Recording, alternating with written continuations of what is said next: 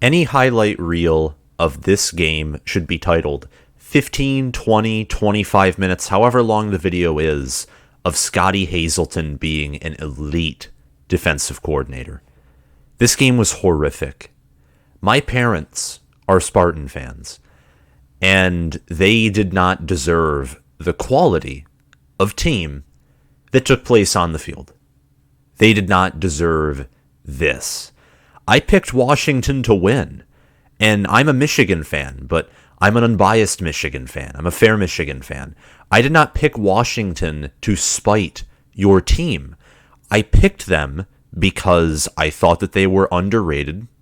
I thought they were a top 25, top 20 team, and I thought Michigan State was just outside of the top 25. So I thought these two teams, despite Michigan State, in my view, being better, I thought that Washington, with home field advantage, different time zone, murkier weather that is much more humid, and it's just different from the state of Michigan. And I thought that Washington would come out and that they would win in a close game. It'd be competitive. Michigan State would, score several touchdowns. The bend but don't break defense, which, it just broke last night. There's nothing else to say about that performance. But I thought that Michigan State would hold Washington back to a certain degree, honestly, and that Washington would kick several field goals. I thought that Washington would have the yardage totals and have the first downs in TOP that they had. I thought that. I also thought that Penix would pass for a lot of yards, but I thought that Michigan State's defense would do more because this game was over. The minute that safety occurred, that was the game changer. That goal line stop put all the momentum back in Michigan State's favor. That was arrogance by Washington's staff. You should have kicked the field goal there. Now, in the end, that actually worked out very well for Washington because a safety, then a touchdown after that, which again, stubborn play calling, but the second time Washington ran it for 3 times up the middle, they finally got it in. Washington's play calling played right into Michigan State's hands in the red zone. And Michigan State's defense couldn't do anything. They couldn't. And I know that they have several injuries, but Washington's, one of their better left tackles was out. I heard this. And you know what? Transfers. Michigan State has tons of transfers on their team, and Michigan State has a lot of veterans, remember? Returning production. They have a lot of these things going their way. There's no excuse to be down 22-0 to a first-year staff. There just isn't. There's no excuse. There's absolutely no excuse. There's no excuse, none, for Peyton Thorne, who looked fantastic. No excuse to only utilize him in the beginning of the third quarter. None. And I know he struggled in the past 2 games, and that makes sense. And look, I didn't expect Washington to shut down the Michigan run game. That I did not expect, because Michigan State's O-line, and I know it was against Akron and Western Michigan, but they looked decent at run block, just bad at pass block. Well, it turns out they're just bad at both. It turns out that Michigan State, the way Michigan State looked today, you know what I'm going to draw a parallel to? Nebraska. Except you didn't get blown out at home. And there's going to be a video on that that's going to be released tomorrow, because that was a debacle in itself and far more humiliating too. Nebraska went up and looked like they would make it competitive, but no, they did anything but make it competitive. And the fact that Gabe Irvin Jr. led the team in rushing yards is just disgusting. But there'll be a video made on that. But Michigan State looked like Nebraska yesterday. Both have no defense, absolutely no defense, except Nebraska's is better at defending the pass. Michigan State's is better at defending the run, barely. The only difference is Michigan State's just more mentally tough. That's really it. That's the only difference. And mental toughness, let me say this about Mel Tucker. Mental toughness is important. And proper nutrition and training and recruiting are important. Pardon me for that mess up. But none of that matters if your game management is terrible. None of that matters. None. I mean, look at Texas. 5 stars everywhere. And they have all the recruiting in the world, and they can be mentally tough. Some of their teams have fought back before. It never mattered because their game management and their scheme were awful. That's why they were never back. For Michigan State, their talent is increasing. They utilize the portal. Mel Tucker, his teams are all about mental toughness. You've seen it in Colorado. You saw it last year. It's why Michigan State, 4 of the games they played and could have easily went the other way, but they were mentally tougher than their opponents. But none of this matters now because the game management was so awful. It played right into Washington's hands. And I might sound a little frustrated here, which is surprising as a Michigan fan, but I sort of am. Because this performance was pathetic. If you're going to lose to Washington or lose to a Pac-12 team, make it competitive. The score was 11 points at the end. You know, really, when the game was over? The game was over when Washington went up 22-0, and they had close to 300 total yards to your 20. That was a terrifying statistic. I looked at that statistic, and I went, wow. And Robert Griffin III, too, and whoever his co-announcer are, they suck. They're terrible. Robert Griffin III should be fired for the broadcast performance he put on last night.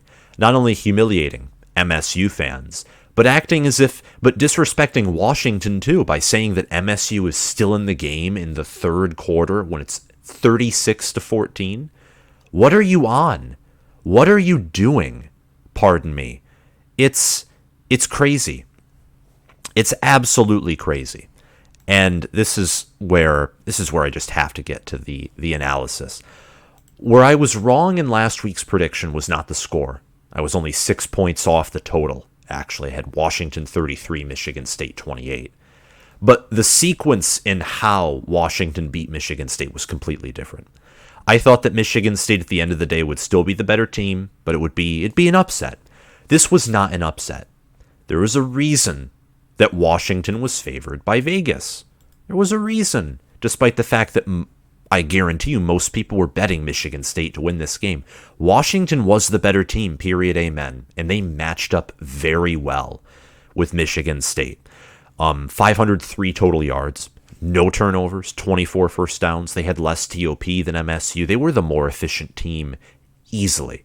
Michigan State with 365 total yards and 1 turnover. Most of those were in the fourth quarter. Most of those were garbage time yards. And Peyton Thorne, a lot of his statistics were garbage time. But you know what? I'm going to give him credit because he did what was asked of him. Because early in the game, Jay Johnson and that MSU staff decided to do exactly what they did in the Peach Bowl and limit themselves for 2.5 quarters. Run Jalen Berger up the middle. Run Jarek Broussard or Elijah Collins or even try and get Peyton Thorne in the game. At one point, Michigan State was averaging a half yard per carry. They averaged 1.4 yards per carry to end the game. That's terrible. Against a Washington defense that, last year was atrocious at defending the run. And this year, they're definitely, I'll say this, they might be good at defending it. They're not great or elite. It's a first-year defense. It's a first-year defense. And Washington's secondary, please, Michigan State didn't even have Jaden Reed. And Keon Coleman torched them twice. Trey Mosley torched them too. I mean, Michigan State, what were you doing and thinking by not passing the football? Michael Penix is a good QB and the Husky offense is great. And Michigan State, if they just aired it out, and I know protection wasn't good all game, but just air it out. Run an air raid for 4 quarters, and I guarantee you your offense will actually have some efficiency and worth to it. Michael Penix Jr., 24 out of 40, 397 yards, 9.9 yards per pass, and 4 touchdowns. He had a QB rating of 91.9. Let me tell you something, very briefly.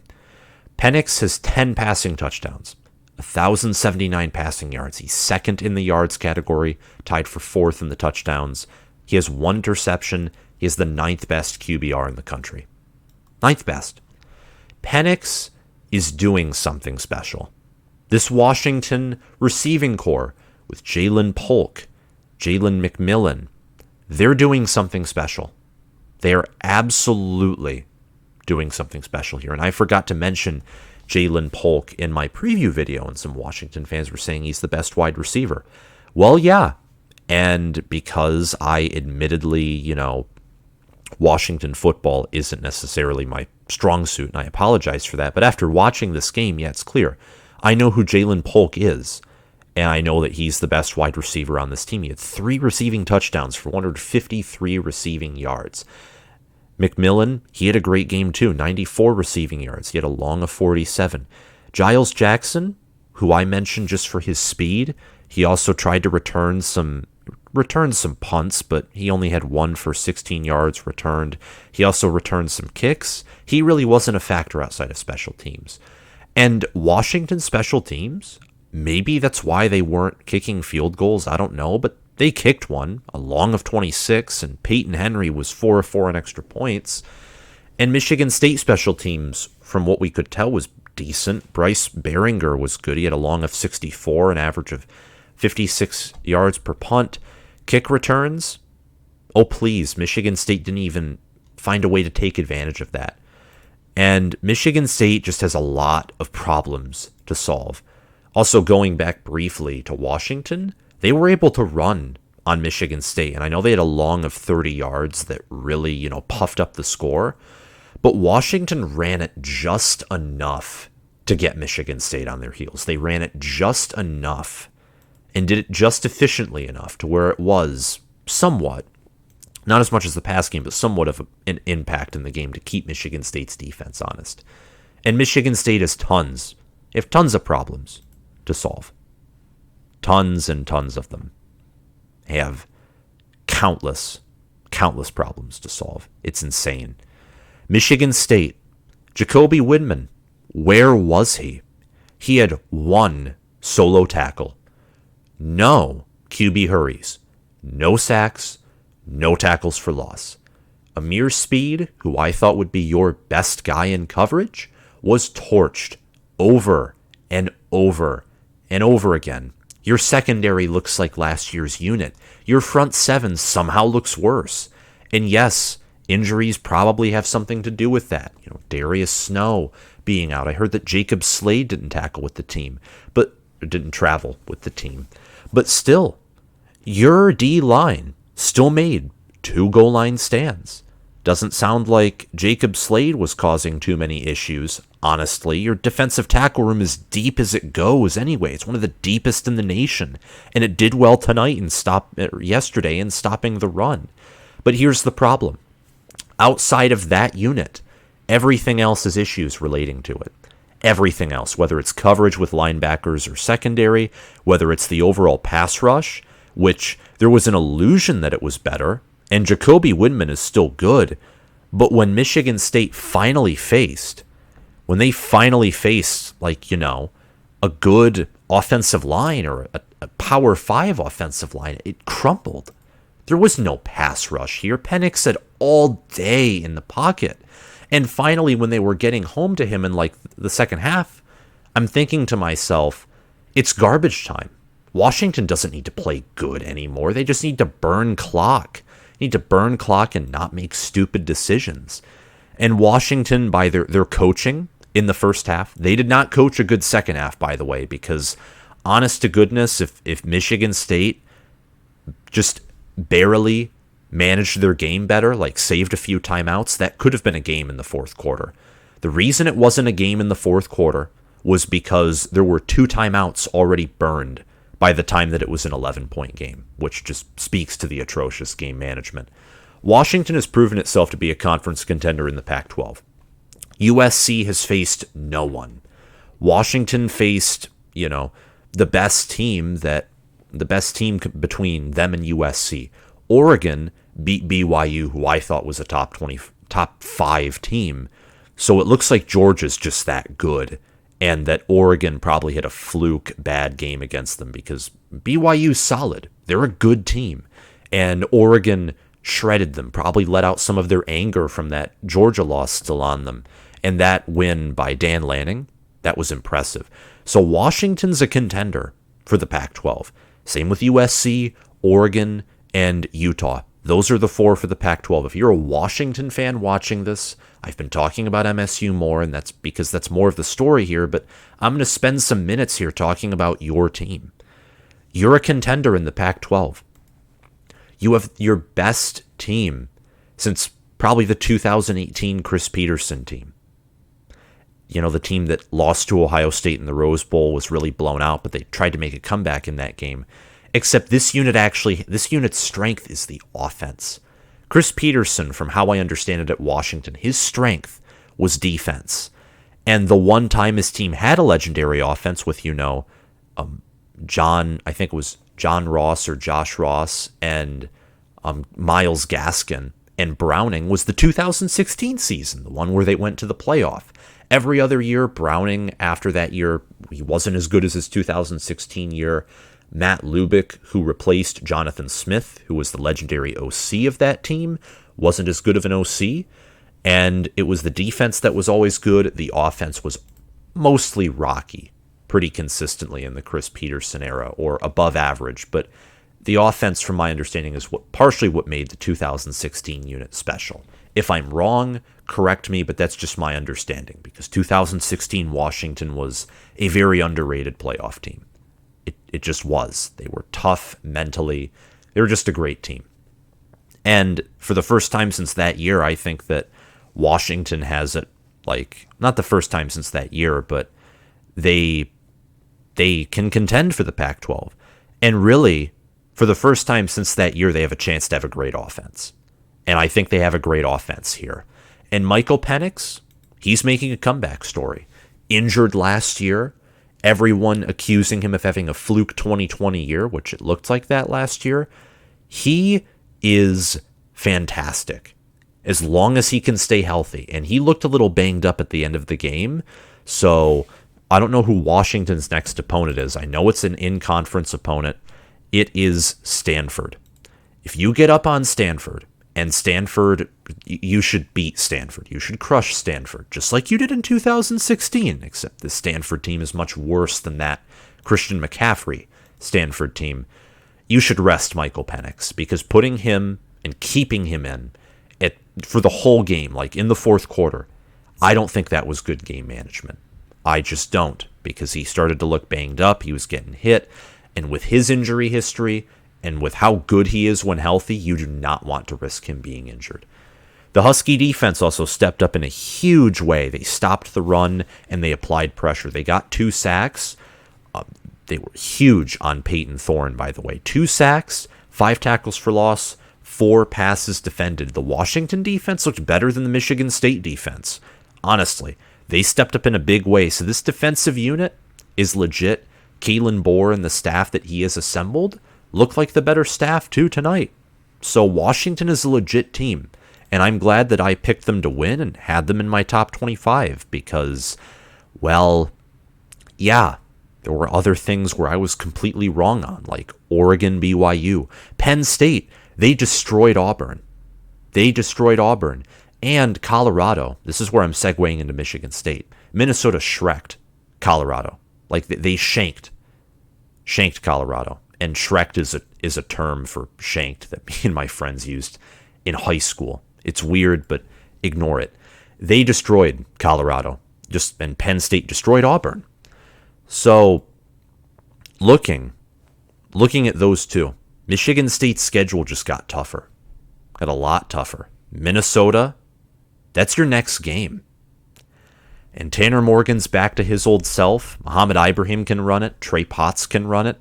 Their defense is legit, and I know they haven't faced anyone, but they look good. Minnesota they look good, in my opinion, and I have to watch their film to confirm that, but by statistics, efficiency metrics, FPI, they look good.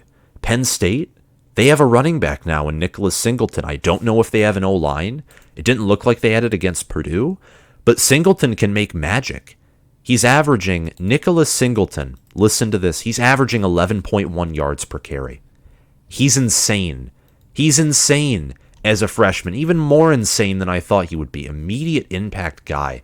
He's absolutely crazy. And impressive. So two teams that looked like they were like 50-50 games for MSU now look like 75-20 games. Honestly, they do. Michigan State's schedule just got tougher. Michigan looked like a playoff team against UConn. Jim Mora said they're contending for a national title. Ohio State, they allowed 21 to Toledo, but Toledo's offense is good, so I'm not going to discredit them there. And they scored 77 points, and C.J. Stroud looked as effective as ever. Wisconsin won big, too.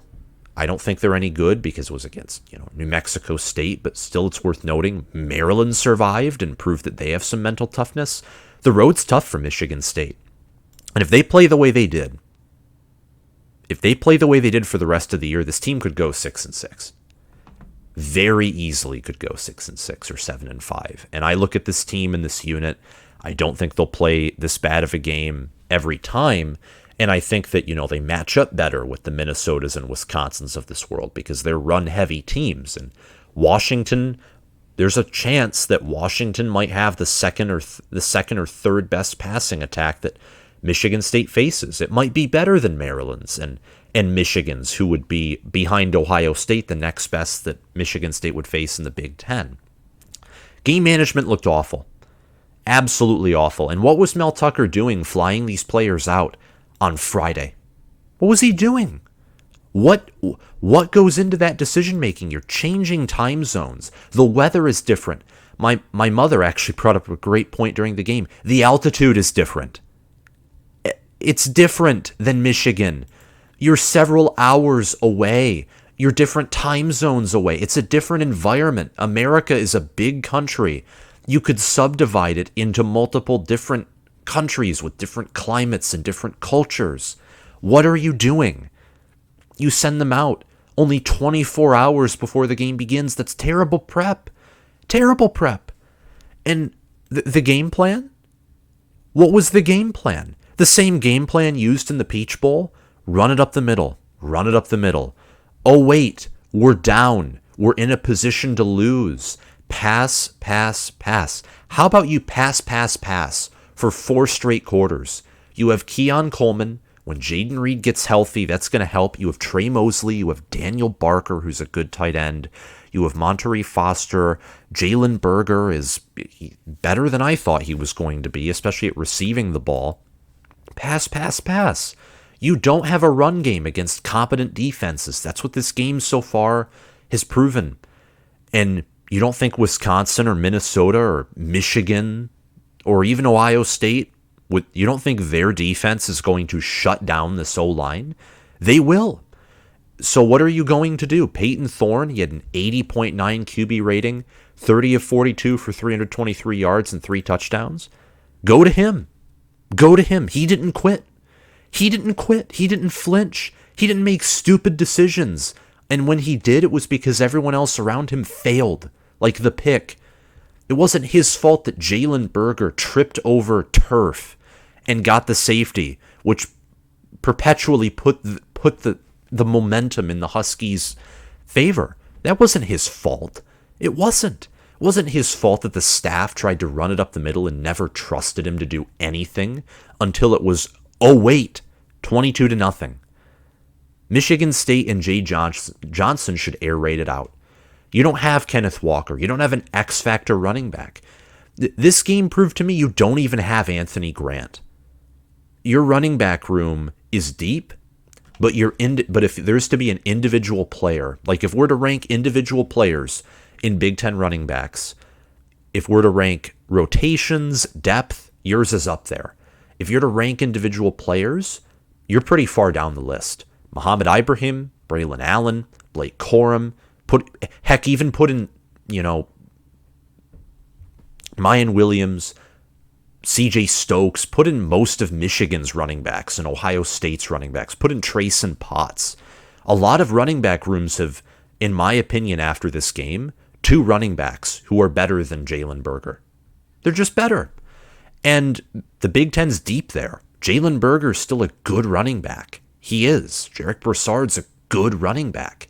But here's the problem. Your offensive line doesn't help them. They don't. If Jalen Berger or Jarek Broussard were behind Michigan's O-line, different story. They'd probably be averaging more yards per carry.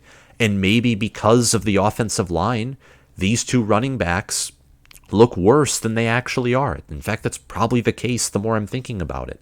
But air raid it out. Do it. That's where your X Factor players are. That's where your best players are. Is the wide receiver room, which is one of the deepest in the Big Ten, and Jaden Reed's one of the best individual wide receivers in the Big Ten. And Peyton Thorne looked like last year's self to me last night, so put the game in his hands, because you cannot trust the secondary, and you can't trust anything outside of the passing attack, honestly. And the passing attack was so poorly utilized by the staff that maybe even if you can't trust the staff, can you trust anything on the field? So there's a lot of questions for Michigan State. And after this game, I would have still said they're a top 25 team based on how I thought this game was going to go. I don't know if State's a top 25 team after this game. That was a debacle. And anyone who tells you anything else is lying to you. And I know that I can't wait to listen to Mike Valenti on Monday or Tuesday talking about this game, because he is probably going to rip this team. As a Spartan fan, he is going to rip, Valenti being a Spartan fan, he will rip this team harder than I just did.